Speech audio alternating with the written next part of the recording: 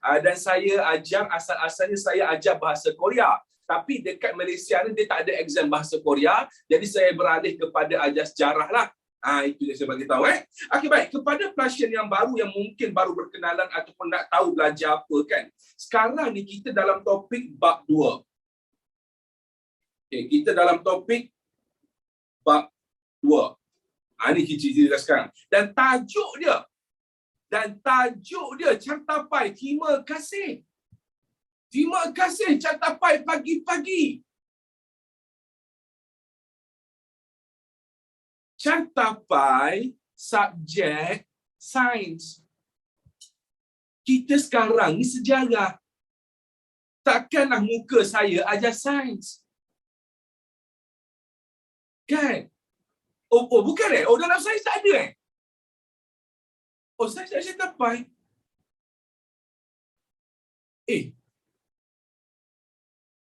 Tak ada dalam bahasa Inggeris. Faham. Okey, sambung balik.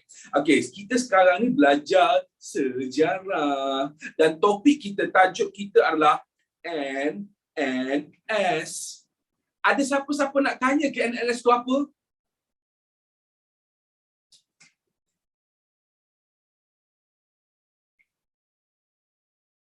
Okey, nasib baik untung ada yang kata nenas. Okey lah, saya terimalah orang kata nenas. Tapi siapa yang tanya NNS tu apa, sir? Ingat tak janji saya minggu lepas? Saya kata apa? Siapa yang tanya saya nak terjun bangunan kan? Awak nak saya terjun bangunan ke?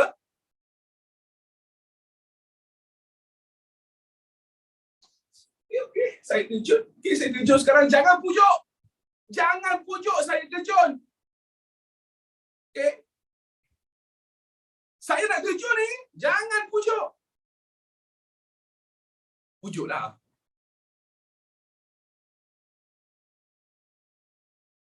Tak nak. Jap.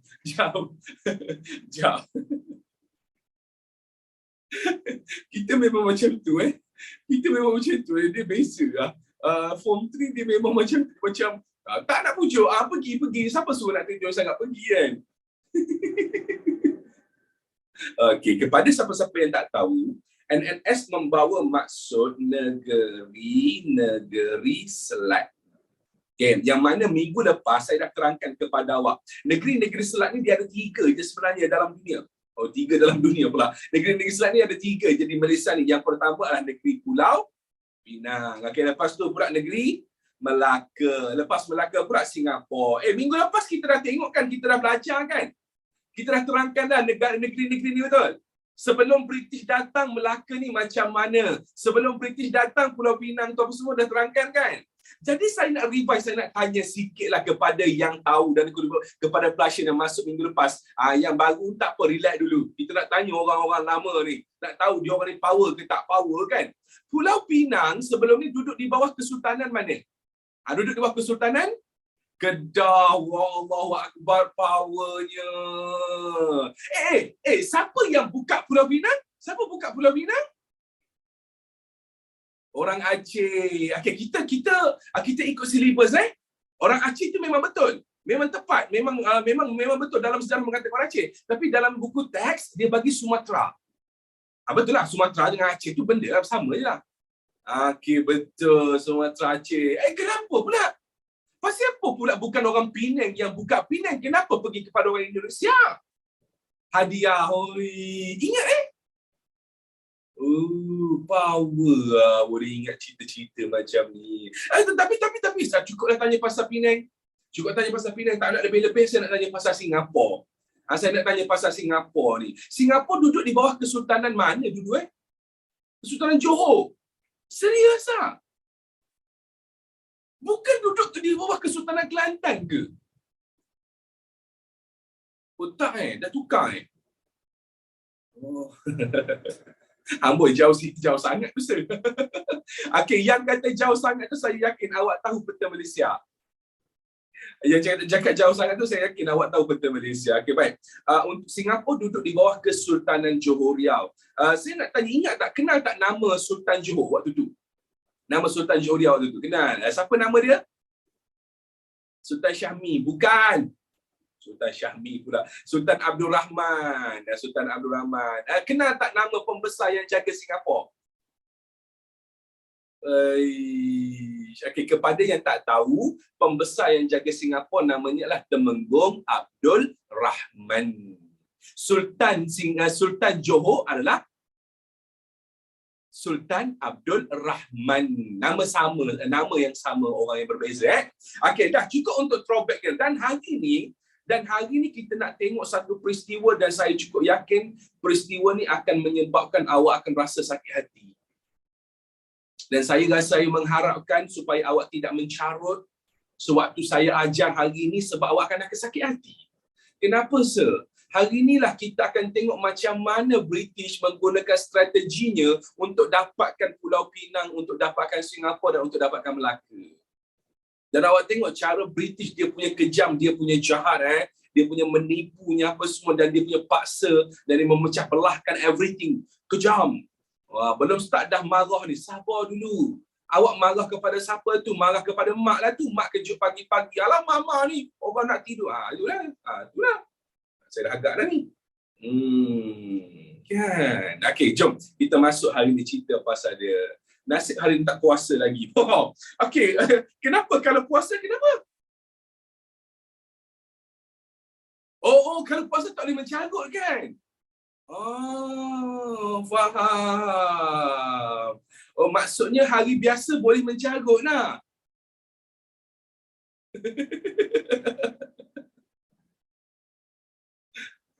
Faham. Bulan puasa kita lebih beramal kan? Kita lebih beramal, betul. Awak guna tu je lah. Nak marah, tapi kena sabar. Nak marah, tapi kena sabar. Guna macam tu je lah. Okay. Okay, dah jom. Topik yang nak masuk hari ni masih lagi 2.1, perluasan kuasa British di Pulau Pinang, ladies and gentlemen. Perluasan kuasa British di Pulau Pinang. Okay, baik. Saya nak awak tahu benda ni, satu perkara yang mana kepada siapa-siapa yang tak tahu, British yang datang jajah Pulau Pinang adalah bukan kerajaan British. Lagi sekali saya ulang, bukan kerajaan British. Dia adalah sebuah company, sebuah syarikat. Okay, awak kena tahu beza tau. Awak kena tahu beza syarikat dengan kerajaan. Tahu beza tak benda tu? Syarikat dengan kerajaan. Okay, contoh. Saya seorang businessman.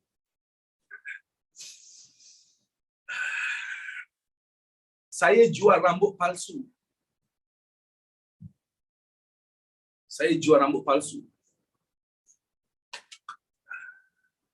Patut tak ada rambut. Dan nama company saya adalah company Mega Holdings.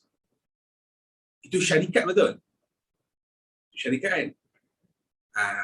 Dan saya ada kerajaan. Dan kerajaan, apa kerajaan yang saya tengah duduk sekarang ni? Kerajaan Malaysia. Kerajaan Malaysia.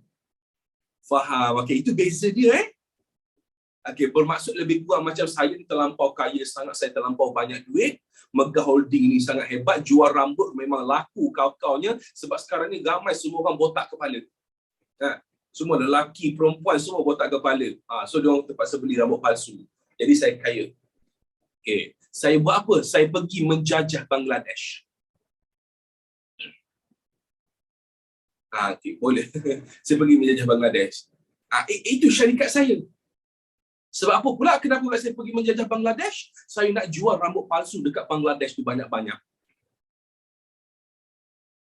Itulah yang berlaku dekat Pulau Pinang sebelum ni. Yang jajah Pulau Pinang bukanlah kerajaan British, tetapi yang jajah Pulau Pinang, ladies and gentlemen, dikenali sebagai Syarikat Hindia Timur Inggeris. Ini dia.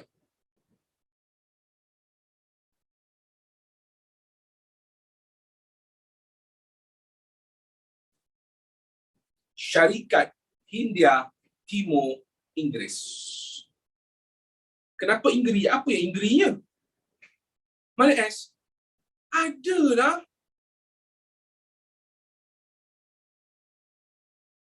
Awak yang tak nampak, saya zoom sikit. Tu S dia.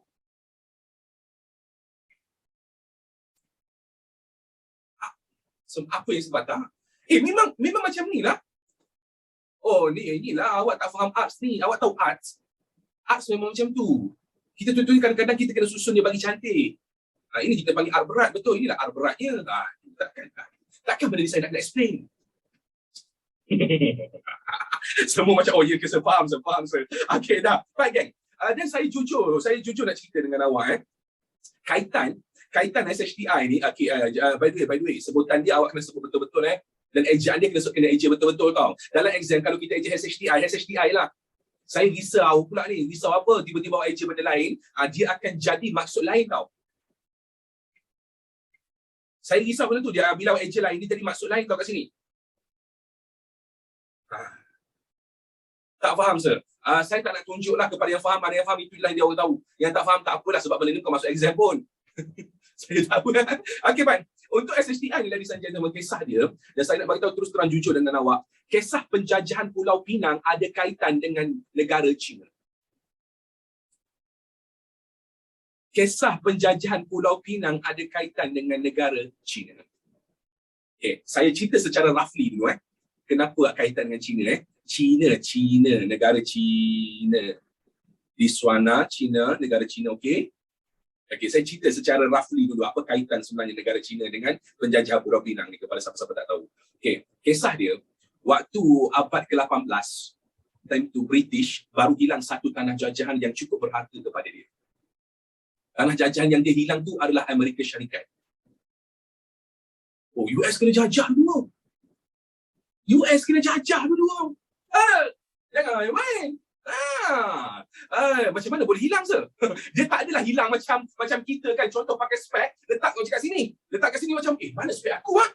Mana spek aku ah? Tak ada lah hilang ah. Tadi aku letak kat sini tak ada. Bukan hilang yang macam tu bang. Dia bukan hilang yang macam tu bang. Macam saya, okey. Antara sebab kenapa saya botak sebab spek ah. Dia letak, kita tahu, kita rasa.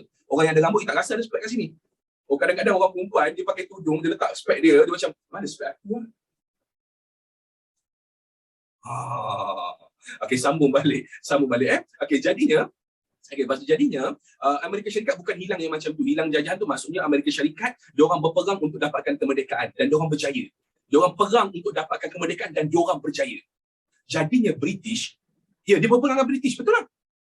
Fight dengan British kau-kau kot.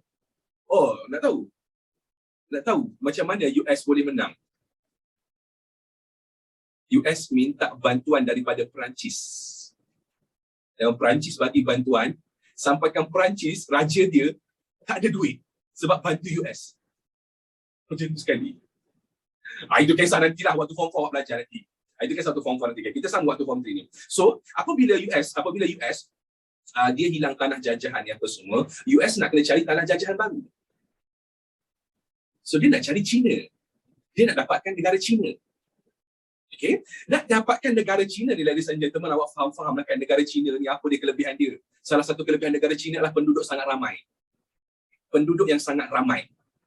Shopee, bukan kaitan dengan Shopee, penduduk sangat ramai. Okey, kenapa kaitan kan? Apa kaitan bila penduduk ramai jadi kelebihan, betul? Kenapa pula jadi kelebihan kan? Okey. Bila penduduk ramai, setuju tak cakap saya, pembeli akan jadi ramai. Kalau kita jual barang, kebanyak orang beli, betul? That's why British nak China. Okay, tetapi tak berjaya lah. Sebab tu saya kata dekat sini, sebab tu kat sini nota saya dekat sini, which is, tengok sini dekat sini kata apa? SHTI ingin dapatkan dalam lain disebabkan oleh perkembangan pesat hubungan perdagangan dengan China. Ada kaitan dengan China. Okay, itu just cerita secara roughly lah.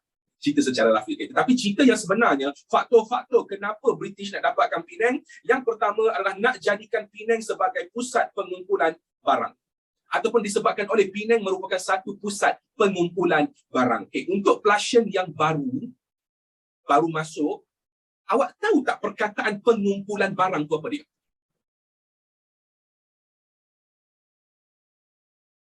Okay, very good.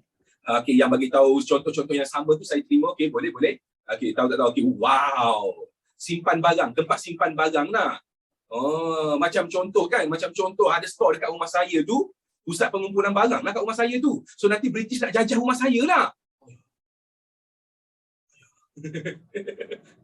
Okey, tak ada. Okey, tak ada. Pusat pengumpulan barang ni tempat kumpul barang. Lagi sekali saya ulang tempat kumpul barang. Maksudnya, shopping mall, pernah pergi kan shopping mall yang bernama Ion. Ion. Lepas tu Yordan. Pernah pergi kan? Lepas tu dulu ada lah, sekarang saya rasa dah tak ada dah. Shopping mall yang bernama Nobita. Dulu ada lah, sekarang tak ada dah. Saya rasa ada kan? Tak tahulah saya. Mana ada search? Tapi Ya saya kena marah kena marah kenapa? dengan student form 5. Kenapa? Dia cakap, oh, sir lah yang ambil adapter Sir Syamil tu. Kau marah dia. Saya kena marah dengan student Syamil. Dia sedih. Kita datang melawat. Okey, boleh, tak ada hal. Nobita. Tak. Senarai shopping mall yang ada Ion, Yordan, Nobita. Betul lah, itu senarai shopping mall yang ada. So kita tak payah cerita lebih, ada orang tahu kat tu kan, ada tahu lah kat sini. Okey, kan tempat-tempat idea. Oh. Oh, dia buat orang dia gelap. Orang fikir. Cari saya apa benda tu? Okey. Sorry lah, lambat sikit. Tak biasa pergi. Sorry lah. Okey, kan tempat-tempat macam di shopping mall ni kan ada banyak barang kan? Ada banyak barang kan, nak beli beras pun kita boleh jumpa kan, senang betul kalau kita nak pergi kan. Nak beli beras pun ada, nak beli gula pun boleh, kalau kita nak beli ayam ke ikan pun boleh, tak ada masalah. Sebab itu kita panggil sebagai pusat pengumpulan barang. That's why kita panggil pusat pengumpulan barang. Sama juga dengan Penang. Once upon a time, Penang kan merupakan sebuah pelabuhan yang ramai orang singgah. Dan Penang merupakan pusat pengumpulan barang. Dia ada macam-macam barang dekat sana, biji timah, ada teh, ada emas, ada apa lagi, ada macam-macam segala hal, rempah ratus, semua benda ada dekat Penang. Okay? So British nakkan Penang disebabkan pusat kumpul barang ni. Apa kaitan kan? Kan, tapi macam apa kaitan tu? Dia macam pergilah tempat lain. Mesti ramai orang kata akan kaitan dengan cukai, betul? Okay, mesti ramai orang kata kaitan dengan cukai. Sebenarnya kaitan dia adalah dengan negara China. Lagi sekali soalan, sebenarnya kaitan dia adalah dengan negara China. Dah kenapa asyik kaitan dengan negara China je kan? Tak ada kaitan dengan negara lain pula Okay, British tak berjaya jajah China. So bila dia tak berjaya jajah China, dia nak berdagang dengan China. Dengan nak berdagang, maksudnya nak jual beli. British nakkan teh daripada China. Dia nak beli teh. Tapi orang China tak nak jual. British nakkan teh, orang China tak nak jual. Kenapa? Kerajaan China letakkan satu syarat. Siapa-siapa nakkan teh, boleh. Dengan syarat kena tukar dengan biji timah. Syaratnya adalah tukar dengan biji timah.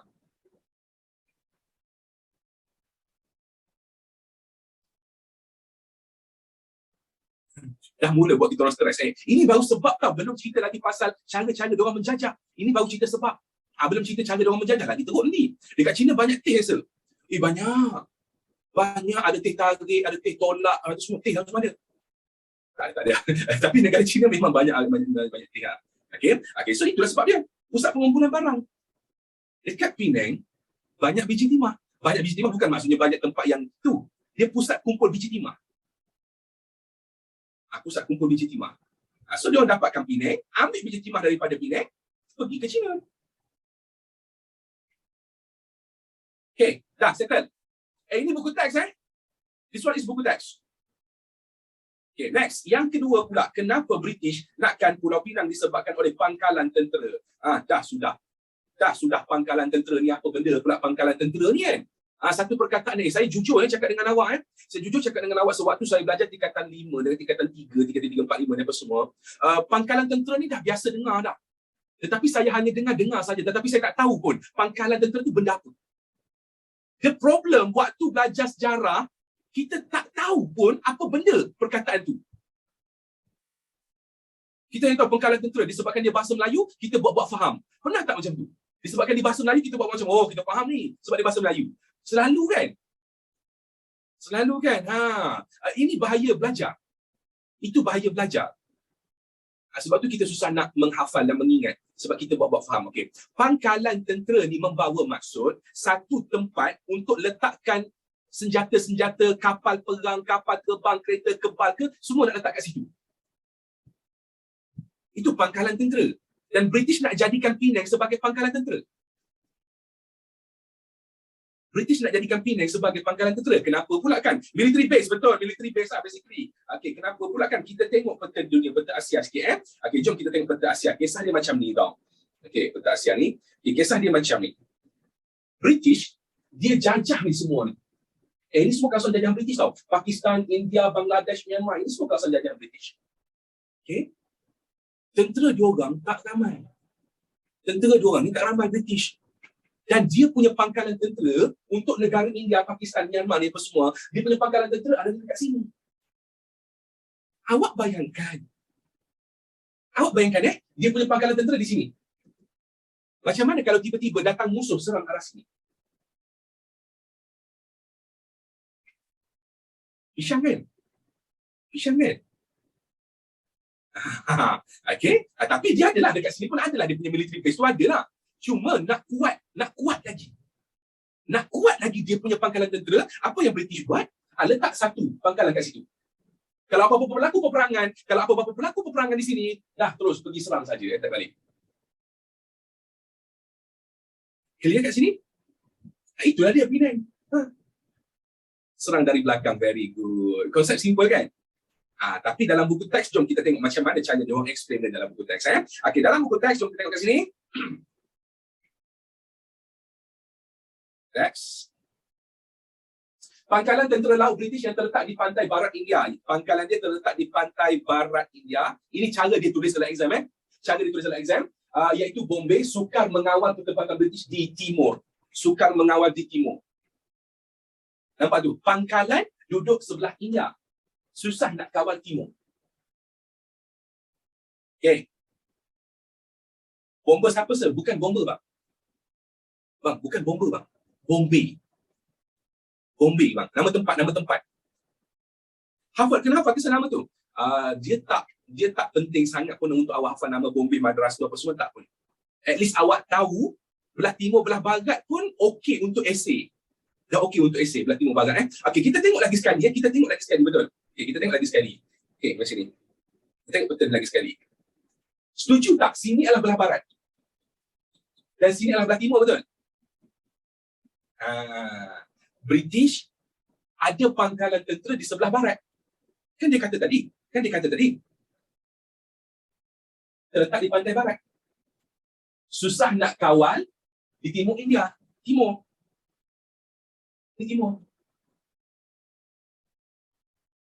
Faham? Okay, so awak guna bahasa awak sendiri. Susah nak kawal timur sebab tak ada tempat. Ya, betul. Okay, dah clear cerita dekat situ. Itu dia pasal berkaitan dengan pangkalan tentera. Okay, so tengok sini. British memerlukan pangkalan tentera yang lebih strategik untuk mempertahankan pertempuran di India daripada ancaman tentera Perancis dan Belanda di alam Melayu. Okay, dah settle pangkalan tentera. Okay, next. Faktor seterusnya. Kenapa British nakkan sangat Penang? Saya cakap terang awak sekarang ni faktor dia tak sakit hati lagi tau. Nanti akan jadi sakit hati. Okay, seterusnya adalah pelabuhan persinggahan. Yang ni pun saya rasa tak perlu explain detail lah kot pelabuhan persinggahan ni. Sebab saya yakin pelabuhan persinggahan ni sangat famous. Nampak tu dia. Dia cerita majoriti kata benda yang sama. Okey, kepada pasien yang baru, pelabuhan persinggahan membawa maksud RNR. RNR tu apa sir? Rau.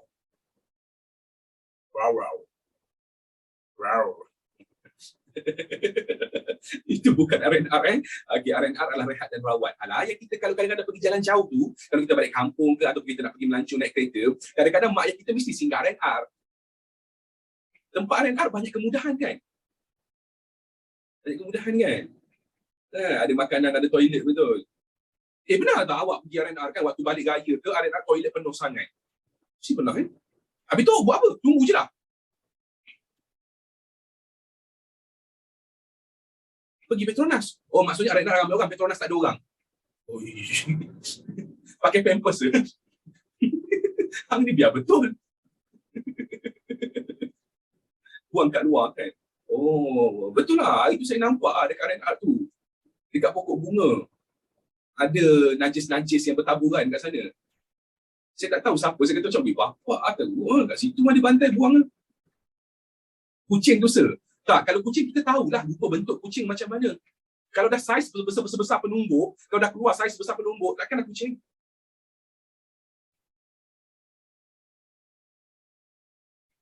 Gajah kot sir. Takkanlah gajah pergi buang dekat dalam pasu bunga yang keluar sebesar penumbuk. Badan dia tu sebesar-besar alam, keluar sebesar penumbuk. Cuy! Okey, dah cukup kat situ. Okay, pelabuhan persinggahan, dia ada banyak kemudahan. Jadi apabila satu kawasan tu, kita nak menuju jauh tau. Kita nak menuju jauh ni, perjalanan kita. Dan bila ada tempat persinggahan yang ada banyak kemudahan, orang akan singgah. Orang akan singgah. Okay? Sama juga dengan hati manusia. Bila kita terlampau mudah, orang pun akan singgah juga. Ku mengharapkan Ramadan kali ini penuh makna, agar dapat ku lalui dengan sempurna. Okey, kita tengok kat sini ya. Okey, antara kemudahan-kemudahan Penang ni, Penang dia pelabuhan yang canggih, dia pelabuhan yang memang terbaik dalam dunia juga. Okey, selepas Melaka pun sama juga, dan dia kawasan-kawasan lain. Dekat Penang dia ada satu tempat hotel 5 bintang. Hotel 5 bintang. Tapi janganlah awak pergi fikir waktu zaman dulu hotel 5 bintang tu mesti ada shower, lepas tu ada air panas apa semua, tak ada. Oh, lepas tu ada katil yang boleh kita main lompat-lompat atas katil tu, tak ada. Ada kolam, pergi cari kolam pula lah. Tak ada. Okey, dia hotel lah, tempat tidur lah senang cerita. Tempat tidur lah. Okey, yang kedua pula dekat Penang tu ada tempat untuk repair kapal. Sekejap, penting ke untuk repair kapal kan? Kenapa nak guna untuk repair kapal kan? Awak bayangkan, daripada Arab nak pergi ke China, naik ni, ikut kapal ni, naik kapal ni, ikut laut ni, jalan laut ni apa semua. Laut dah lah berombak. Gedung-gedang, gosak tu, gosak ni, gosak sana, gosak sini kan. So, dekat Penang lah datang repair. Betul. Itulah antara kemudahan-kemudahan yang ada dekat Penang dan dijadikan pelabuhan persinggahan untuk British. Okay, tetapi ladies and gentlemen, British dia nak gunakan Penang sebab dia nak pergi ke China. British dia nak gunakan Penang sebab dia nak pergi ke China. Okay, any question nak tanya? Soalan? Selesai pasal pelabuhan persinggahan. Ada elektrik tak, sir? Waktu zaman dulu belum ada elektrik lagi. Kenapa dia nak pergi China, sir? Okay, lagi sekali saya cakap, China ada terlampau banyak penduduk. Dan okay, selain daripada British nak kantih, of course dia nak kantih. Selain daripada British nak kantih, dekat China tu sendiri terlampau banyak penduduk. Bila banyak penduduk, dia jual barang, dia jual harga, boleh jual banyak. Pasaran yang luas. That's why diorang nak jajah China. Okay, awak tahu kenapa British dia nak jajah India selain daripada rempah ratus? Rempah ratus tu ya juga, betul juga. Ya, India pun banyak orang. Dan kalau you all nak tahu, tentera British kebanyakannya adalah orang India. Tentera British adalah kebanyakannya adalah orang India. Ya, betul. Ya, itu antaranya. Ya, khianat. Bukan khianat. British offer untuk bekerja. British offer untuk bekerja. Zaman dulu, ini cerita zaman dulu lah. Sebab tu kita belajar sejarah. Dulu tak ada kapal terbang ke, sir? Tengok tahun lah kapal terbang ada lah, tapi tahun bila? Kalau cerita dulu. Dulu tu sebulan lepas pun boleh jadi dulu. Kalau tak ada lampu, guna apa, sir? Lampu untuk apa? Oh, elektrik, patut ada lampu. Oh, dia orang guna pelita lah. Pelita lilin ke, api ke, macam tu lah. Tapi dia tak guna orang botak lah. Awak jangan fikir, kalau letak orang botak dekat depan, dia jadilah pantulan cahaya. Tak ada kaitan. Okay dah, next. Settle kita pasal faktor-faktor. Kira 3 faktor ni?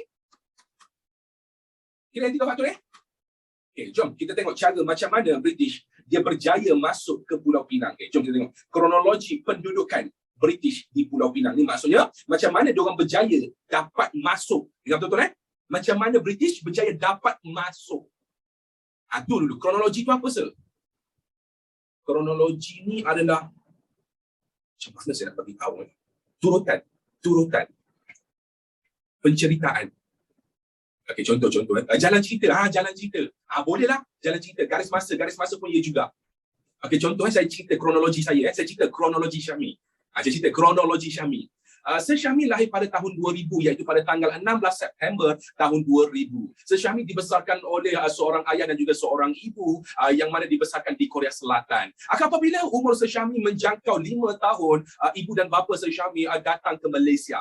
Itu kronologi.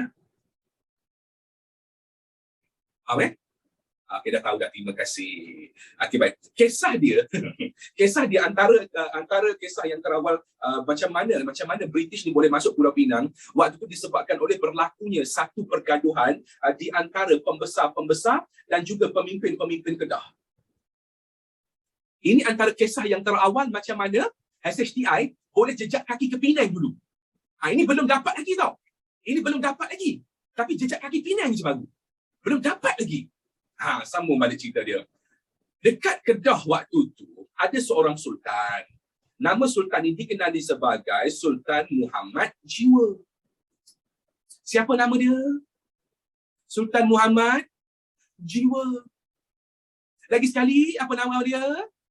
Mak Jiwa. Yes. Okay. Sultan Muhammad Jiwa ni seorang sultan Kedah yang saya agak kira sebagai seorang sultan yang power, yang hebat lah. Okay, so seorang sultan ni setiap kali diorang dilantik, dia kena cari siapakah dia punya pemangku. Bukan pemangku, kita panggil apa? Kita panggil Raja Muda. Raja Muda pengganti. Macam contoh kalau Johor, TMJ. Kalau ayah dia, okay, TMJ kan Tengku Mahkota Johor kan. Kalau Sultan Johor meninggal, TMJ akan jadi sultan. Macam contoh Agong sekarang, betul? Agong sekarang kan awak tahu tu kan. Okey, Agong tu ayah dia, anak dia. Anak tu siapa nama? Saya lupa dah. Gadis mesti tahu anak dia tu. Kata handsome katanya dengar. Azman. Tang bila nama dia Azman? Jauh sangat tu. Azman dia bagi. Tengku Hasanah. Ya, betul. Tengku Hasanah. Ramai orang kenal macam Tengku Hasanah. Sebab apa? Sebab handsome kan. Kalau saya letak nama Tengku kat depan, Tengku Syami. Mesti lupa handsome juga kan? Tak. Terima kasih. Okey, sambung balik. Okey, so waktu tu Sultan Muhammad Jiwa, dia lantik Tengku Muda ataupun Tengku Mahkota, tak kisah mana satu. Okey, dia lantik adalah Sultan Abdullah. Tengku Abdullah. Waktu ni belum jadi sultan. Tengku Abdullah. Okey. Waktu Sultan Muhammad Jiwa announce je, bagi pengumuman kata, dengan ini saya mengumumkan Tengku Abdullah sebagai Tengku Muda ataupun Raja Muda. Waktu tu majoriti pembesar Kedah tak puas hati. Tak puas hati. Semua marah. Sultan! Sultan Muhammad Jiwa kenapa bertindak macam ini, Sultan? Semua marah. Sebab apa? Sebab waktu tu Tengku Abdullah ni juga dikenali sebagai anak gahara.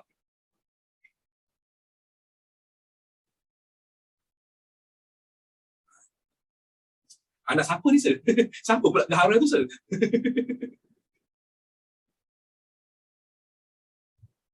Okey, mesti awak pening kan apa benda pula gahara tu kan. Dah saya nak kena cerita pula gahara tu apa Okey, tak apalah, demi passion saya cerita gahara tu apa benda pula kan. Okey, macam ni. Sultan kahwin dengan permaisuri. Betul, dapat anak betul. Dapat anak kan. Contoh Syahmi, Syahmu, Syahma. Soalan tu semua nama juga sama je kan. Syahmi, Syahmu, Syahma kan. Okey, yang ini dikenali sebagai anak sebenar. Dia kahwin dengan permaisuri. Okey, lepas tu pula Sultan dia kahwin lagi dengan, katakanlah dengan Dayang lah. Dengan Dayang ataupun dengan Samuel dekat dalam istana juga. Awak tahu Dayang istana kan? Awak tahu Dayang istana tu apa kan? Dia bukan Dayang Nur Faizah, bukan yang tu. Itu nama orang. Inilah Dayang istana. Dayang istana tu ibarat macam, saya bagi bahasa mudah, ibarat macam orang gaji dekat istana. Contohlah, orang gaji dia lah ibaratnya. Dia kahwin tu. So dapat anak. Inilah kita panggil sebagai anak gahara. Dia bukan mak ayah keturunan raja. Ini raja, itu raja. Tiba-tiba yang ini bukan raja. Macam tu. Dia soal bukan bini kedua tau. Bukan soal bini kedua. Soal dia adalah, ini bukan keturunan raja. Yang ini keturunan raja. Okay. Itu yang dikenali sebagai anak gahara. Jadinya pembesar-pembesar Kedah ni tak puas hati. Marahlah kenapa lantik dia. Pasal apa tak lantik yang lain yang betul-betul anak yang betul macam tu semua. Marahlah. Jadi pembesar buat apa? Pembesar Kedah ni, geng-geng Kedah ni apa semua, dia pergi minta tolong daripada Bugis. Bugis ni adalah Selangor. Waktu tu Bugis dekat Selangor. Dia bukan Bugis dekat Selangor. Bugis dekat Selangor, orang Bugis di Selangor. Orang Bugis di Selangor minta bantuan. Datang serang. So bila datang serang Sultan, awak bayangkan dia datang serang Sultan. Dan Sultan, dia nak menjamin kedudukan dia. Bukan dia tak boleh berperang, dia boleh berperang. Tetapi sebagai jaminan, dia nak juga menang, dia nak minta bantuan. Dan waktu tu dia nak minta bantuan SHTI. So Sultan Muhammad Jiwa pergi jumpa SHTI. Waktu tu pertama kali SHTI datang masuk. Itu baru pertama kali datang masuk, jejak kaki je. Macam tu. Faham, jejak kaki je. Macam SHTI datang dengan blazer kan. Dengan blazer datang nak jumpa Sultan, betul? Sultan. Ya. Allah. Dia tahu macam tu kan. Muka kena. Muka memang.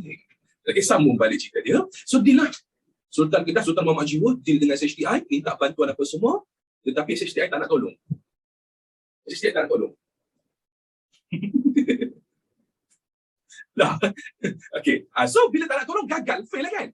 Fail maksudnya dah tak ada lah. Maksudnya tak ada cerita. So, SHTI pun tak nak tolong. SHTI balik ke tempat dia dekat India. Dan Kedah, Sultan Kedah hadaplah benda tu, peperangan tu apa semua. Setakat tu dulu. Clear? Setakat tu dulu. Okay, ni. Ni cerita dia ada kat sini.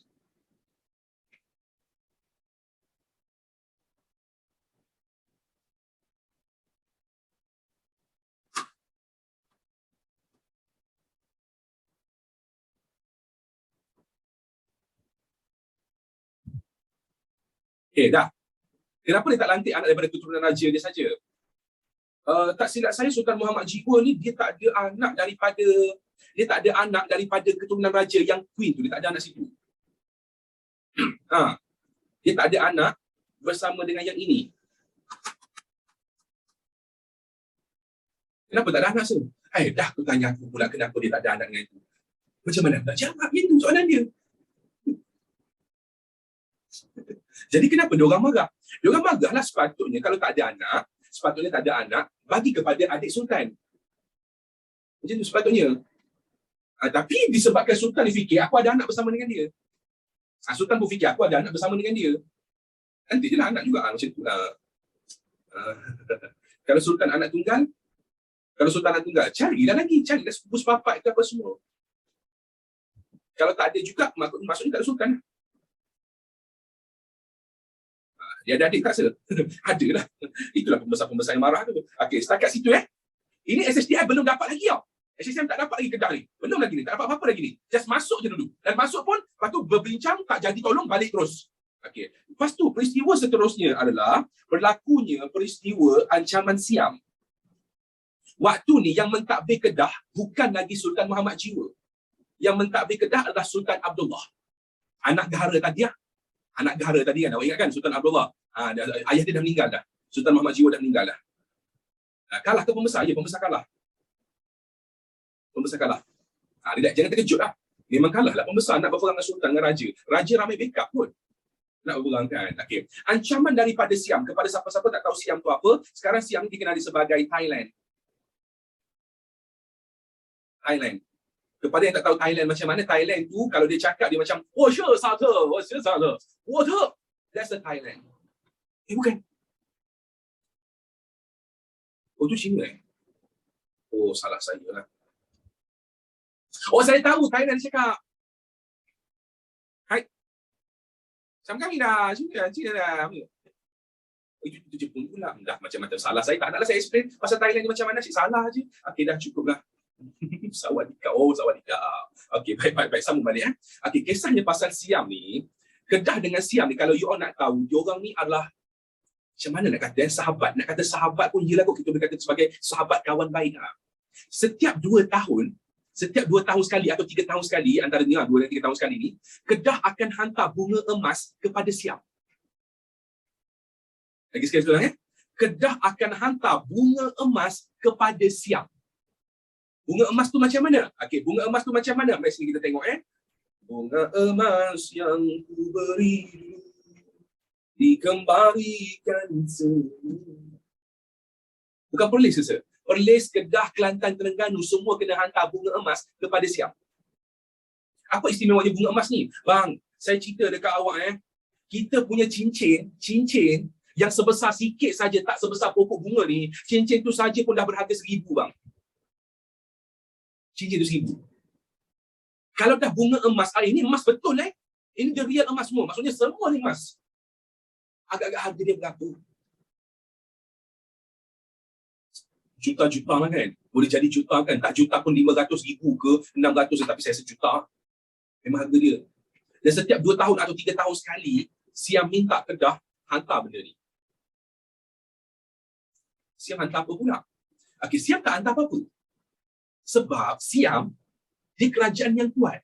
Dia anggap diri dia powerful. Dia anggap diri dia ni hebat. So, Kedah kena hantar dekat dia. Sampai sekarang ke? Tak. Kalau sampai sekarang, kita perang dengan Siam nanti. Kenapa Kedah kena hantar? Sebab, Kedah dia, macam mana nak kata ya? Kedah dia anggap Siam ni adalah macam abang besar, abang long kawasan. Dia nak jaga hubungan baik dengan Siam. Takut kalau Siam serang bahaya sebab Siam ni kerajaan yang kuat. So dia hantarlah sebagai tunjuk macam hormat, tanda baik apa semua. Hantar. Sampailah satu tahap, Siam berperang dengan Burma. Sampailah satu tahap, Siam berperang dengan Burma. Burma tu apa se? Dah sudah Burma. Nampak tak Thailand? Ini Siam. Nampak tak Myanmar? Ini Burma. Berperang boleh. Berperang ketak-keting, berperang dia. Waktu perang, Kedah tak hantar. Kedah tak hantar bunga emas. Selesai perang habis, Siam minta balik. Kedah, hantar bunga emas macam biasa Kedah. Sultan Abdullah yang waktu tu Sultan Kedah, dia macam, pasal apa cek nak kena hantar? Hang duduk Siam sana, hang diam kat sana. Pasal apa cek pula? Lagi tu. Siam pula kan macam, kurang ajar. Siam. Sawah di kat Medan, biar tongkat kali kata, cak dudu. Siam marah. So, bila dia marah tu apa semua, itu saya translate. Kau ni kurang ajar. Aku cakap hantar-hantar je lah. Dan kalau kau tak hantar, nanti kan kita berperang. Aku tembak kau. Itu cak dudu. Maksudnya dia nak perang lah. Dia nak serang lah. Panjang translate. Dah cukup kat situ je. Baik. So jadinya bila nak kena serang apa semua, ingat, Sultan dia nak rasa yang dia ni terjamin kemenangan. Dia nak ada satu benda yang menjamin. Dia boleh fight dengan Siam, dia boleh. Tapi dia tak sure sama ada boleh menang ke tak boleh menang. So dia perlukan backup. Sultan Kedah perlukan backup untuk fight dengan Siam. Sultan Kedah nak minta bantuan SHTI. Sebab waktu tu SHTI adalah kuasa besar yang baru naik. Nak minta bantuan SHTI. Masalahnya, zaman pemerintahan ayah Sultan Abdullah dulu, zaman pemerintahan bapa dia, dah minta bantuan SHTI. Berjaya ke tak berjaya? Tak berjaya kan? So, bila tak berjaya, Sultan Abdullah dia cari cara. Macam mana nak berjaya minta bantuan SHTI ni? Waktu tu datanglah seorang yang konon-kononnya hero. Nama dia adalah Francis Light, konon-kononnya hero. Nama dia Francis Light. Sultan, may I? Dia kata apa? Dia kata, saya boleh bantu Sultan untuk sampaikan kepada SHTI. SHTI confirm akan tolong kita. Tapi dengan syarat lah. Saya nak buka rumah dekat Penang. Saya nak buat rumah dekat Penang sana. Sultan Kedah ni buatlah perjanjian. Bersetujulah dengan Francis Light. Dia bagi Penang tu kepada Francis Light. Dia bagi Penang seketul tu. Dia bagi Penang tu kepada Francis Light. Dengan syarat, kalau kena serang dengan Siam, SHTI akan tolong. Setakat ni